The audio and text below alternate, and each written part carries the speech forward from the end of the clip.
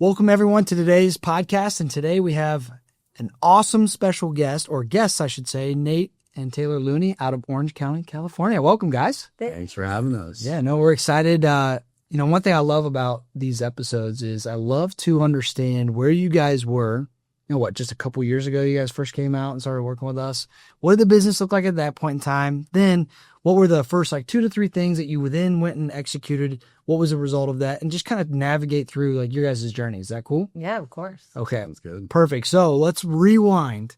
2 years ago, what did the business look like?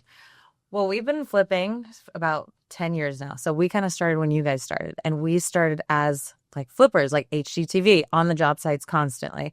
And we kind of saw you guys, what you were doing. And we're like, I feel like we're working too hard. We're on site all the time. Mm-hmm. And we had 2 babies, we had a family, and it wasn't sustainable. So we actually came out here and we just saw the systems and the processes that you actually created a business where Nate, we were just flipping houses. Yeah, we were house flippers. We didn't have a house flipping business. We were just house flippers. Yeah. It wasn't sustainable. So we came and saw you guys, and we saw the systems, the processes, the employees, and we were kind of blown away. We actually didn't, and we're like, is this even possible? I don't know if we can do this. And that was about 2 years ago. So now, at that point we were doing, I think the year prior, we had done less than 10 deals. We're in Southern California, so the margins are good. We were making good money. But yeah, we were just flipping houses. It was a little inconsistent because most of our deals came from agent referrals. Mm-hmm. And so, we'd have a deal or 2 come in, and then we'd have months where no deals came in. And so it was inconsistent. We had, what did we have back then? A team of 4, I think. We had a project manager because we were really more of a construction team, was our first hire. And then we had a part-time acquisitions manager. We came out here, learned about your guys' systems and processes, took that, ran with it, and now we've got a team of 9, including ourselves. We've got an operations coordinator, dispositions manager, 2 closers, now converting one of those closers to a sales manager. And then we've also built out our construction a little more. We have a designer and an assistant project manager as well. Significant growth. That's significant growth. Congrats on all the hard work. We just outgrew our office. So we had a little office. We were bursting at the seams. We just had to double the size. So that's been cool. But we went from doing 6 or 7 deals, kind of inconsistent deal flow. Mm-hmm. Then in 2024, last year, we did almost 30 deals. Most of them flips. We weren't really wholesaling then. And then this year, 2025, we're about halfway through. I think we've done about the same amount of deals we did last year in the first half of this year. Jeez. Nice. So we're on pace to do over 50 this year. And more of those will be wholesales. I think significantly more will be wholesales than flips. So our business has changed quite a bit. Yeah, there's a lot. Now, have you guys moved more to wholesaling for cash flow or because the market's sitting in Cali, from a strategic perspective? So it starts with the cash flow piece. Money and project management capacity has always kind of been our issues. We want to take on more projects, but can we? And so this allows us to, continue marketing, continue bringing in more deals without having to say no to deals. Who wants to say no to more money? Especially when you're already spending a lot of money on marketing to begin with. Yeah, when we're taking out big hard money loans, putting a lot of money into flips, having that quicker cash conversion cycle from those wholesales helps a lot to pick up more flips as well. So it kind of snowballs. Now, do you guys raise more private money now, or do you do hard money with gap funding? Hard money with gap funding. Okay. So we're primarily hard money. We've gotten some lenders to get us up to 95% on that now instead of just 90%, and then gap funding beyond that. But going back to the wholesaling, with the market, having more strategies, the risk is a lot less and it's easier. So with wholesaling, the cash flow is great on top of it and less risk. Hold on, you said wholesaling is easier than flipping? Yeah. You have your pros and your cons for sure. Yeah. But for us right now, it's because I'm not on the job site with my 2 babies in tow, doing project management. And we're able to build a business and a culture. And it's so fun going into the office now. So we're able to expand and do more things. So it opens us up to maybe focusing on raising money because that's the next step. We have a good amount of people that we've raised money from, but we definitely need more money because we are growing really fast. I'd like to take a few steps back here and we'll unpack everything that you guys just talked through because there's a lot there. It's super exciting. When you were at that point, at the stage, when you were doing about 9-10 flips a year, in that moment, you had to make a decision. And the decision you made was to, hey, I want to go build the team. I want to build a business. What led you to want to do that versus continuing? And a lot of times people are like, I'm not sure if I want to build a team or build a business. I'm kind of okay with doing this. You guys are doing well. Yeah. You're making good money. Mm-hmm. Yeah. But what drove you to that decision? I want to say we both have different reasons why. What's yours? Well, my reason was I wanted to be able to work on other things. Like I want to build this business and then where I could like leave and go do other things. Like I'm very purpose driven. Like I want to do like, we're trying to build orphanages and things like that. That's where my passion is. Yeah. If I'm on the job sites and working like that, I can't be there and doing other things. I feel like I'm creative and I want to expand on those things and see what opportunities come. I don't necessarily want to be in the office day to day every single day, which I believe Nate wanted to build that culture and to be in a business. So that's why I say I think we have a little different reasons why, but I also want to be able to leave and go on, vacations with my family. I know people say like real estate gives you freedom, but when we're flipping houses, like we're working 24/7. If we go leave for it's just him and I, we can't go leave on a trip for a week or do something like that. And I want to be able to leave, take care of my family if someone gets sick or something like that. So that's the freedom that I wanted. So building the business, it would be able to function and work as even if I'm not there. Yeah. So Do you feel like the systems lately have helped you guys go on more vacations? Yes, we just got back from Hawaii, which yes. was great. It was awesome with the family. But we were also able to work there too. So Nate wanted to work. We love what we do. So we're passionate about it. So if we get to check in and, oh yeah, everyone's great.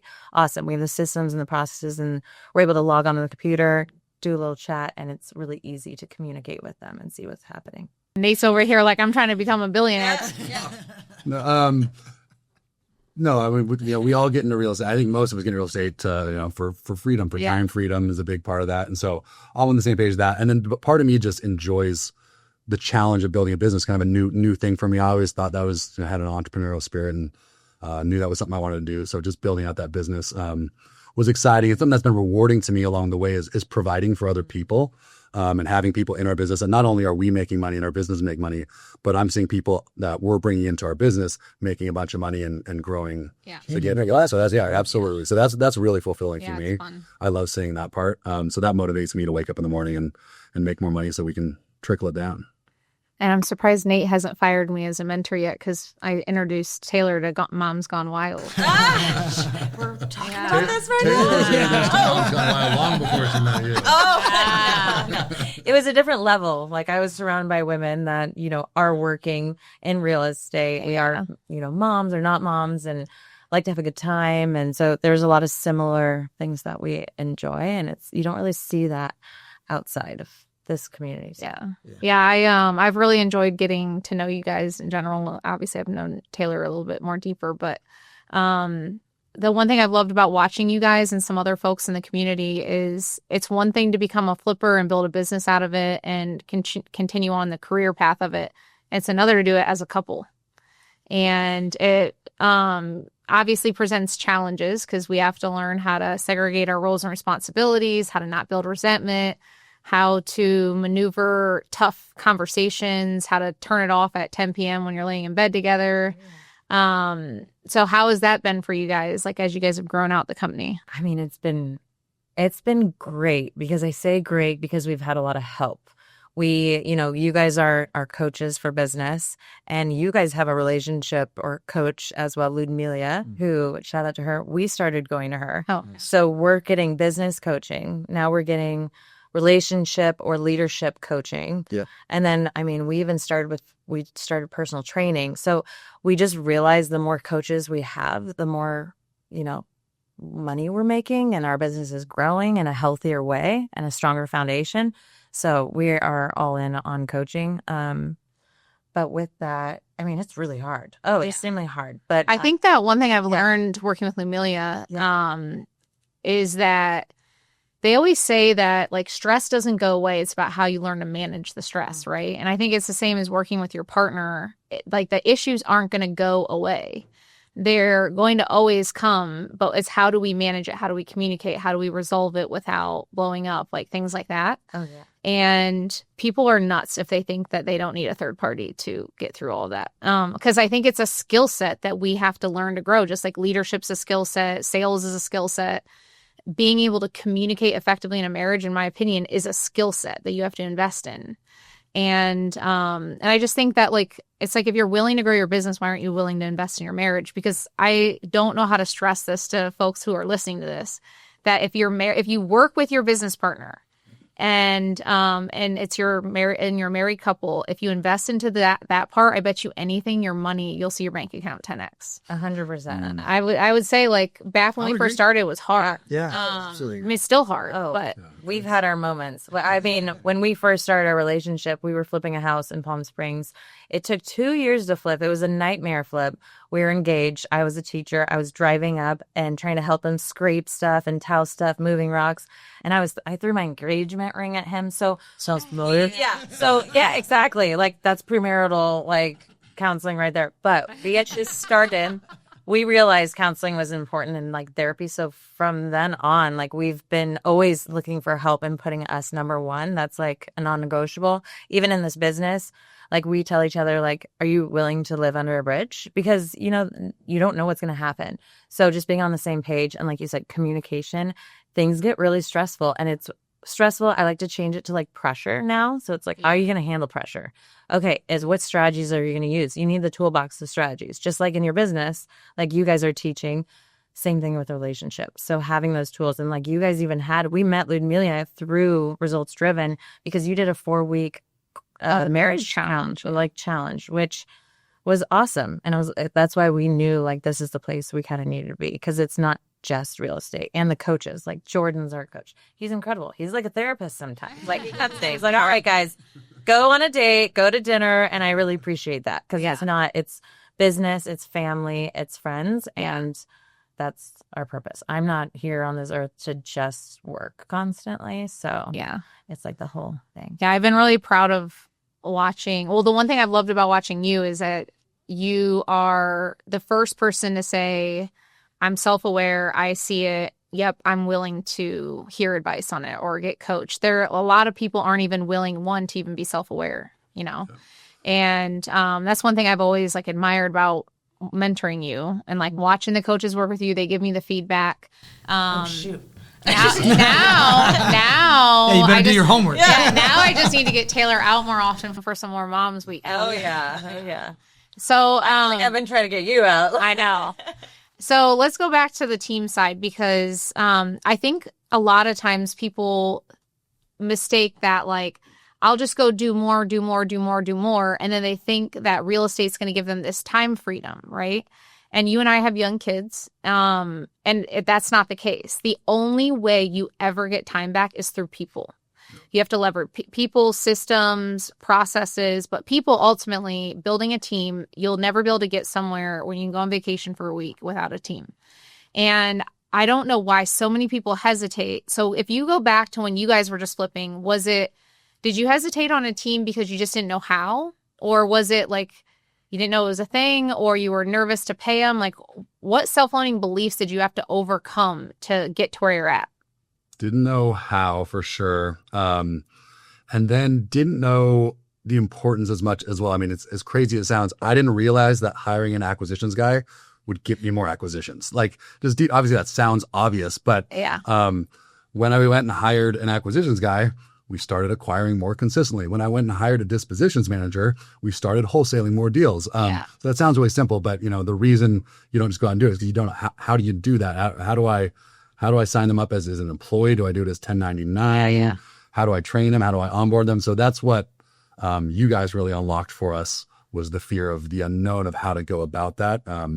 So once we started working with you guys and you guys told us basically exactly how you guys do it, all we had to do was copy that. And taking away that fear of the first step of not knowing how to go about it was super helpful. And so, we started with acquisitions. Then we went on to our operations coordinator, hired dispo, hired another closer, and it's kind of just snowballed. And now we fully realize how important people are. And then there's some stress that comes with it as well, growing your team. It's not all unicorns and rainbows, but as we grow, that's when those systems and processes really matter.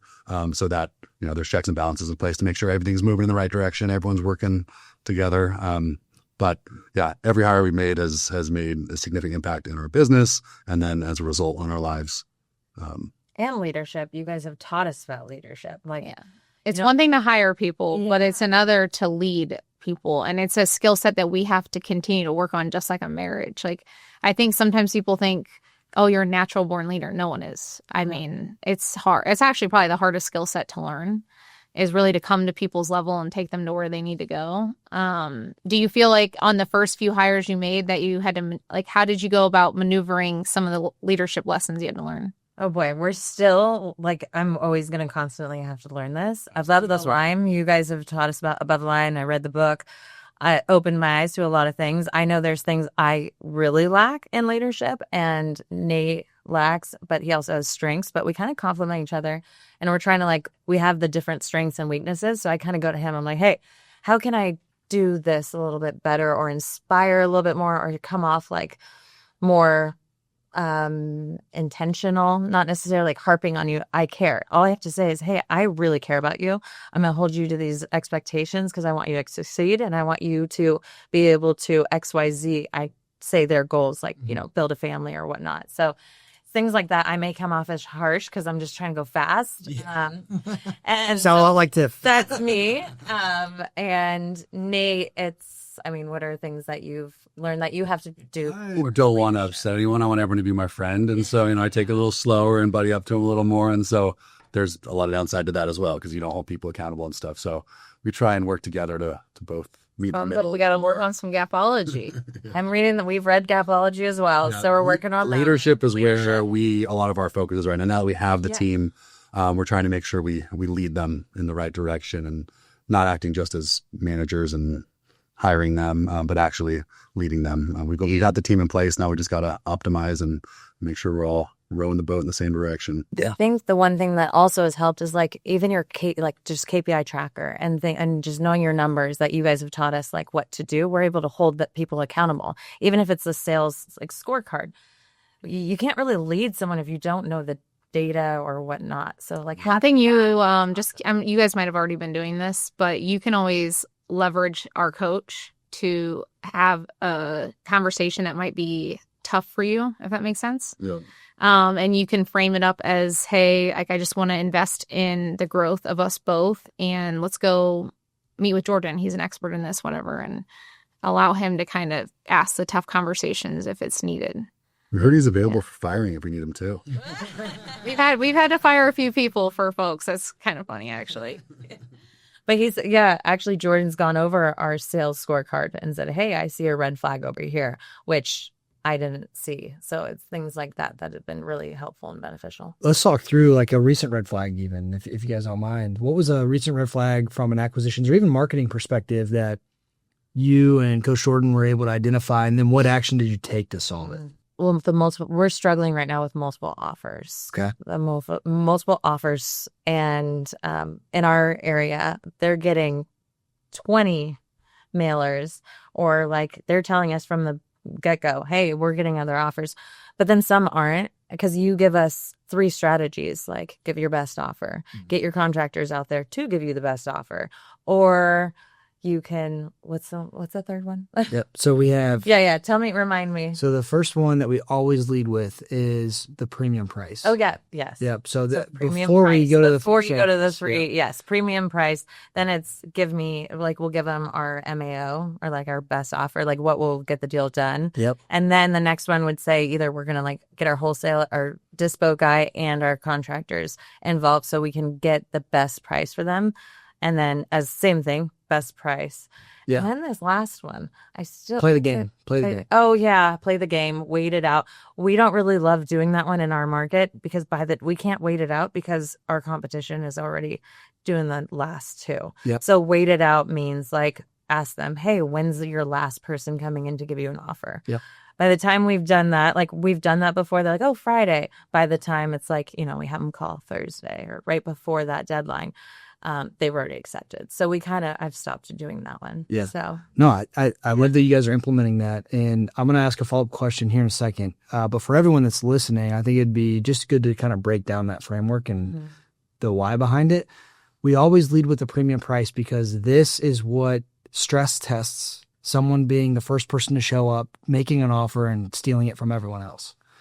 Now, ideally, if they tell us, maybe they want in our market 75,000, but their premium price, we've had people come up 1,000, 2,000, 3,000, 10,000. So if we say, hey, is there a price that if I was able to get approved for you, that you would award us the opportunity to help you achieve X, Y, and Z, their goals, and not talk to anyone else.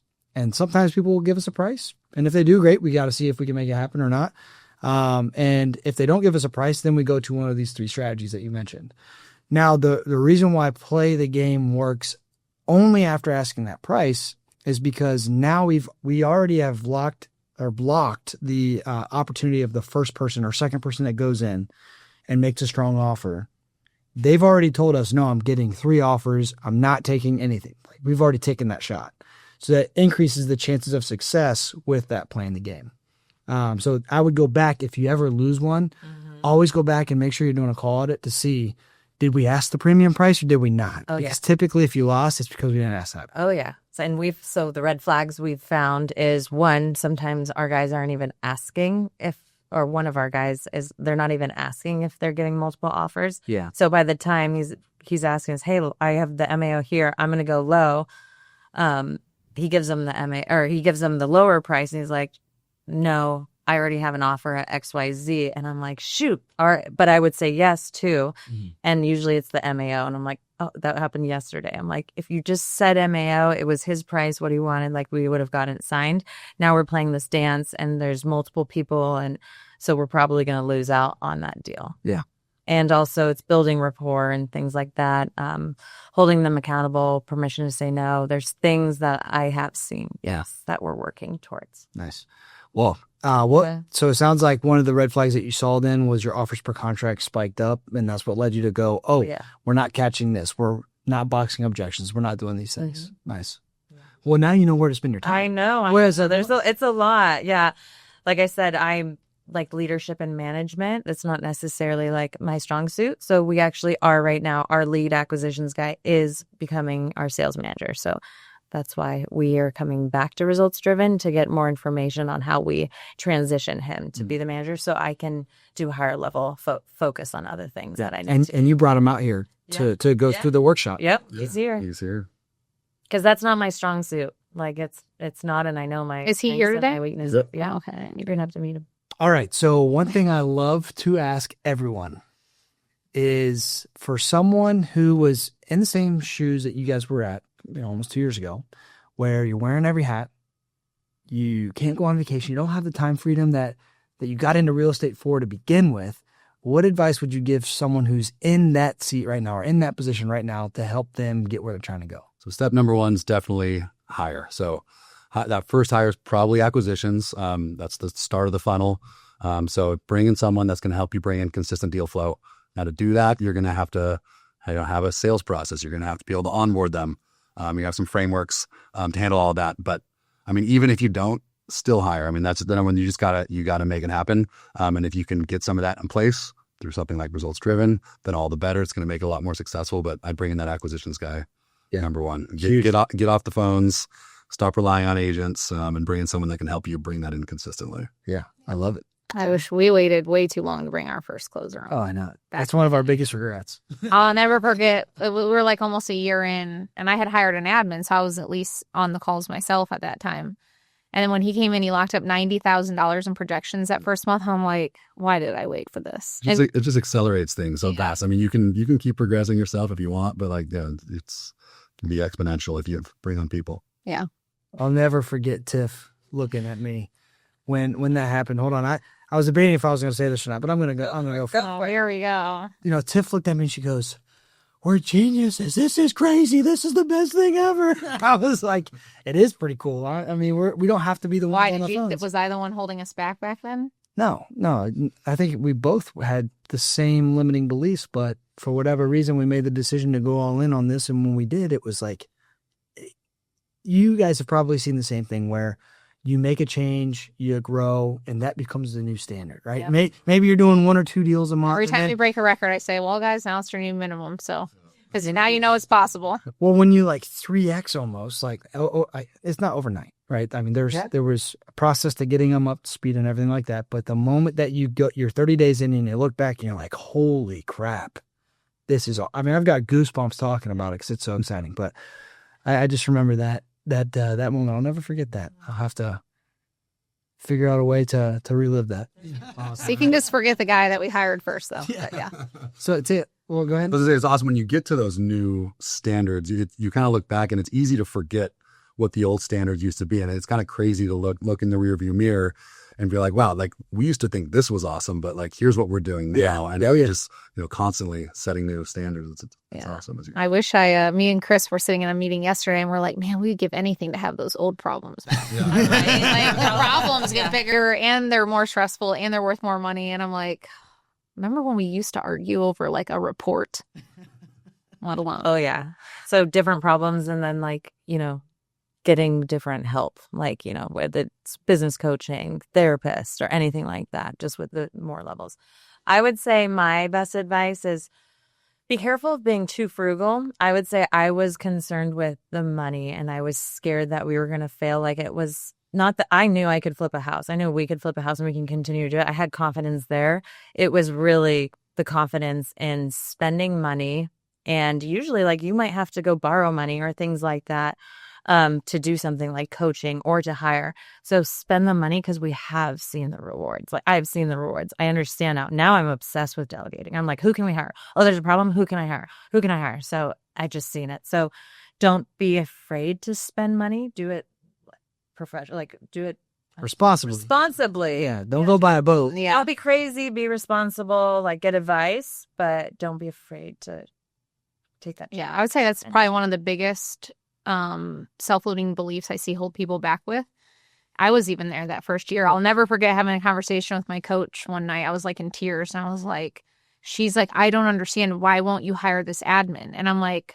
What if I fail? What if this? What if that? And she goes, you're not paying the salary all in one day. Like, and I don't know. It took me a good while too to break it. And I just wish I could go back and have done it sooner because I don't know where we'd be today, even if we would have, realized this stuff sooner. Well, a lot of times too, I think let's look at marketing, for example. If someone's going to go invest in marketing or spend more in marketing, they may not have the confidence in their ability or their team's ability to convert those leads. And that could even be part of the hesitation. So going back to what you said, Nate, is, well, if we invest in the right people, we onboard them the right way, we have consistent ongoing training, and we have an effective management framework, then we should have confidence in our ability to go and take that investment, not expense, that marketing investment, and grow it and get an ROI from it.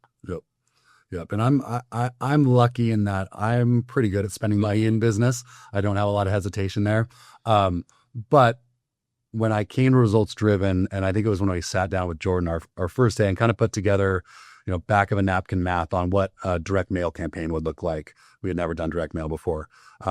Having a formula basically that would tell me what I could expect if I put this amount in, if everything goes to plan within some margin of error, was what it took for me to be like, okay, so here's a plan an actionable plan based on some other people's experience that are very familiar with the industry, that if I go this route, I can put this money in and I can expect with a reasonable expectation to get that back. Yeah. That's what put me over the hump to. Did you guys end up launching commercials? We did. We're on TV now. We're direct mail. We implemented direct mail since then. Direct mail. How long have you been doing TV now? TV since January. Okay. TV hasn't performed. I think it's similar to how you guys are. It's not a high ROI for us by any means.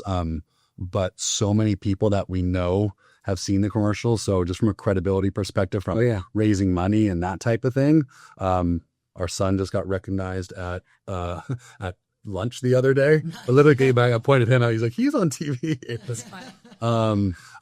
And we have gotten deals that make it make sense, but we think it really contributes to our other marketing channels. For sure. I'm just providing the credit. Yeah. I don't know if you guys do this. This is a little ninja trick for anyone who's listening who might be on TV or even considering it. You can do a 90-degree credibility by simply asking this question. And we added this to our sales process. And we don't tell everyone to do it because obviously not everyone's on TV. But at the end, we can simply ask, hey, we'd like to ask everyone, where did you hear about us? And they go, well, this channel. Then we follow up and say, oh, I wasn't sure if you happened to see us on TV, our TV commercial. And instantly they're like, oh, wait, you're on TV? So, And then you could also attribute it too, because we've had people who call in from our direct mail piece. So it's attributed to mail, but they say, oh, I picked up your piece because I saw you on TV. Yeah. And now we're It's able crazy now. It wasn't like this until about a year into doing TV, but literally everywhere I go in Columbus now, people look at me and I'm like, yes, I'm on TV. Yeah. And they're like, yeah, you're that girl on TV. And I'm like, man, if little they knew that I'm the one paying to be on there. and that's the thing. You see that person that recognizes us randomly. I was like, cool, that doesn't really do any of our business today, but she may sell us else at one point. And when she does, she'll think about us. Every time someone says that, I go, well, then sell me your house. Because you all say you see me, but I need some more houses. Thank you all for coming on and sharing your journey and your story here. It's been really exciting to watch you guys grow and really excited with where you guys are heading. Do you have anything to say, Tiff? I'm ready for a fun weekend. So let's go. Thanks, guys. Appreciate it.